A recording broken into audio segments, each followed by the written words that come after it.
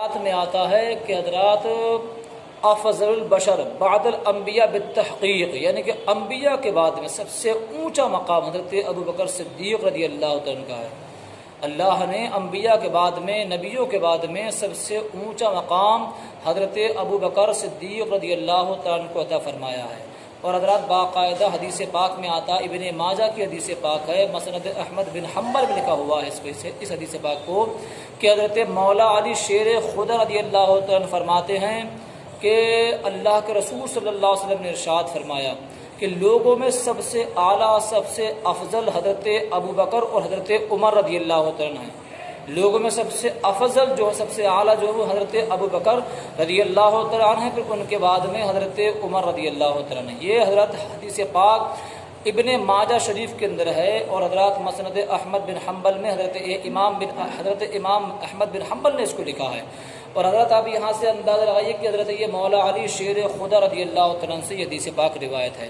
اور حضرات حدیث پاک میں آتا ہے، تاریخ الخلفاء کے اندر ہے، تاریخ الاسلام کے اندر لکھا ہوا ہے کہ حضرات جب حضرت مولا علی شیر خدا رضی اللہ تعالیٰ عنہ کوفے کے منبر پر بیٹھے تو آپ نے وہاں بیٹھنے کے بعد یوں فرمایا، آپ نے یوں کہا کہ اگر کوئی بندہ یہ کہے کہ علی جو ہے ابو بکر سے افضل ہیں، ابو بکر سے اعلیٰ ہیں، تو حضرت مولا علی شیر خدا رضی اللہ تعالیٰ فرماتے ہیں اس نے الزام تراشی کی ہے، اور الزام تراشی کے طور پر میں اس کو 80 کوڑے ماروں گا، کہ اس نے اس بات کا الزام لگایا ہے کہ اس نے مجھے جو ہے ابو بکر سے افضل کہا تو میں اس کو 80 کوڑے ماروں گا۔ یہ حضرت مولا علی شیر خدا رضی اللہ عنہ نے وہاں کہا تھا جب آپ کوفے کے منبر پر بیٹھے تھے، تو آپ نے کہا تھا اگر کوئی بندے نے یہ کہا کہ علی ابو بکر سے افضل ہے تو اس نے الزام لگایا ہے، تو میں اس کو الزام لگانے کے بدلے میں اس کو جو ہے 80 کوڑے ماروں گا کہ اس نے مجھے جو ہے ابو بکر سے افضل کہا۔ اور حضرت روایات میں آتا ہے، حضرت امام اعظم ابو حنیفہ رضی اللہ عنہ نے اس کو لکھا ہے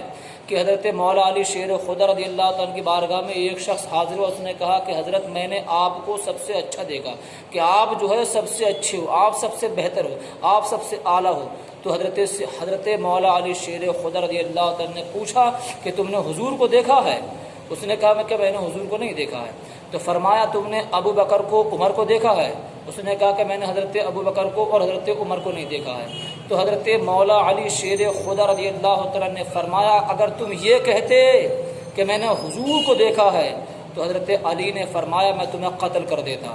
اگر تم یہ کہتے کہ میں نے حضور کو دیکھا ہے تو میں تمہیں قتل کر دیتا، اگر تم یہ کہتے کہ میں نے ابو بکر کو، عمر کو دیکھا ہے تو میں تمہیں 80 کوڑے مارتا۔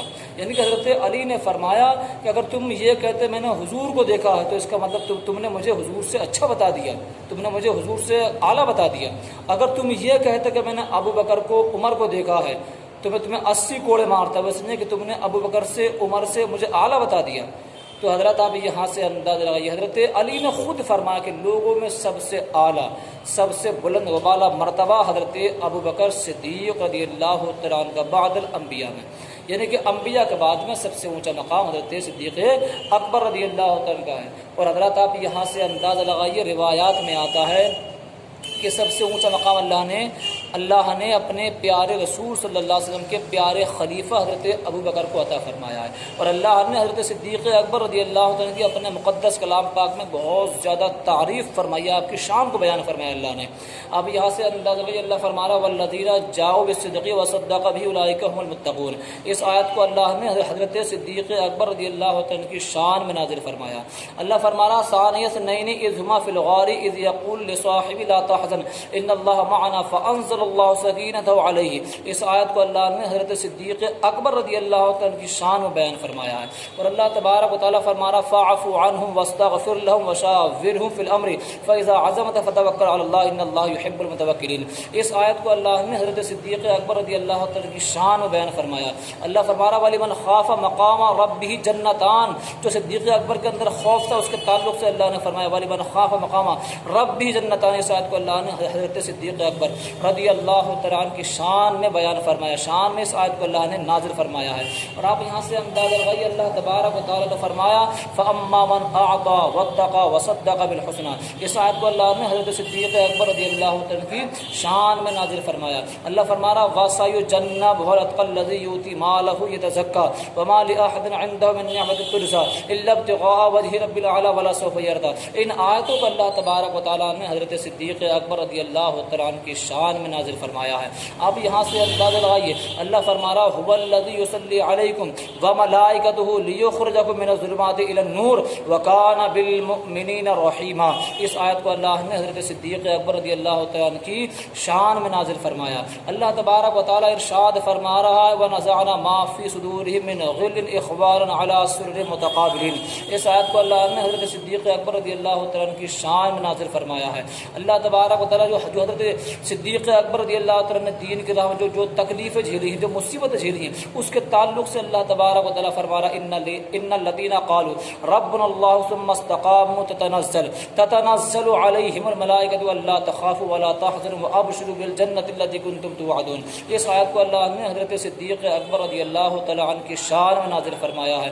اللہ فرما رہا الذین ينفقون اموالهم باللیل والنہار سرا وعلانیۃ فلهم اجر عند ربهم ولا خوف علیہم ولا هم يحزنون۔ جو حضرت صدیق اکبر رضی اللہ تعالیٰ نے اللہ کے راہ میں جو حضرت دینار کی صدقہ، اس کے بارے میں اللہ نے یہ فرمایا ہے۔ اس آیت کو اللہ نے حضرت صدیق اکبر رضی اللہ تعالیٰ کی شان میں نازل فرمایا ہے۔ اب یہاں ایسی حضرت اسی طریقے سے اگر پڑھا جائے تو بہت سی جگہوں پہ اللہ تعالیٰ نے اپنے پیارے رسول کے پیارے خلیفہ حضرت صدیق اکبر رضی اللہ تعالیٰ کی شان کو اپنے مقدس کلام پاک میں بیان فرمایا ہے۔ اب یہاں سے اندازہ لگائیے، اور اللہ نے یہاں تک فرمایا یا ایھا الذین آمنوا من یرتد منکم عن دینہ فسوف یأتی اللہ بقوم یحبهم ویحبونہ اذلۃ علی المؤمنین اعزۃ علی الکافرین یجاہدون فی سبیل اللہ ولا یخافون لومۃ لائم۔ اس آیت کو اللہ نے حضرت صدیق اکبر رضی اللہ تعالیٰ کی شان میں نازل فرمایا ہے۔ تو حضرات اللہ تبارک و تعالیٰ نے اپنے مقدس کلام پاک میں حضرت صدیق اکبر رضی اللہ تعالیٰ کی شان کو بہت زیادہ بیان فرمایا ہے۔ اللہ نے آپ کے مقام کو بھی بہت اونچا کیا ہے، اللہ نے آپ کی شان کو بھی بہت اونچا کیا ہے۔ آپ یہاں سے اندازہ لگائیے، اللہ فرما رہا یا ایتھا النفس المطمئنہ ارجعی الی ربک راضیۃ مرضیہ فادخلی فی عبادی وادخلی جنتی۔ اس آیت کو اللہ نے حضرت صدیق اکبر رضی اللہ تعالیٰ عنہ کی شان میں بیان فرمایا ہے۔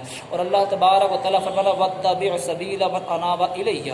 اس آیت کو اللہ نے حضرت صدیق اکبر رضی اللہ تعالیٰ عنہ کی شان میں نازل فرمایا ہے۔ اسی طریقے سے پڑھا جائے تو معلوم پڑتا ہے کہ صدیق اکبر کی شان کیا ہے، صدیق اکبر کا مقام کیا ہے۔ اور حضرات ہر صحابی نے صدیق اکبر کو افضل مانا ہے، ہر صحابی نے، مولا علی ہوں، عثمان غنی ہوں، عمر فاروق اعظم ہوں، حضرت ابو ہریرہ ہوں، حضرت ابو العاص ہوں، حضرت عبداللہ ابن عباس ہوں، حضرت سارے صحابہ ہوں، کوئی سا صحابی ہوں، حضرت ہر صحابہ نے صدیق اکبر رضی اللہ عنہ کو حضرات افضل البشر بعد الانبیاء بالتحقیق سب سے اعلیٰ مانا ہے۔ اور حضرات اللہ نے آپ کی شان کو بہت اونچا کیا ہے۔ تو اللہ تعالیٰ سے دعا ہے کہ اللہ تعالیٰ ہم مسلمانوں کے دلوں کے اندر اپنے پیارے رسول کے پیارے خلیفہ حضرت ابوبکر صدیق رضی اللہ تعالیٰ عنہ کی سچی محبت پیدا فرمائے۔ اور جو لوگ یہ مانتے ہیں کہ مولا علی افضل ہیں حضرت ابوبکر صدیق سے، تو حضرات وہ غلط راستے پہ ہیں۔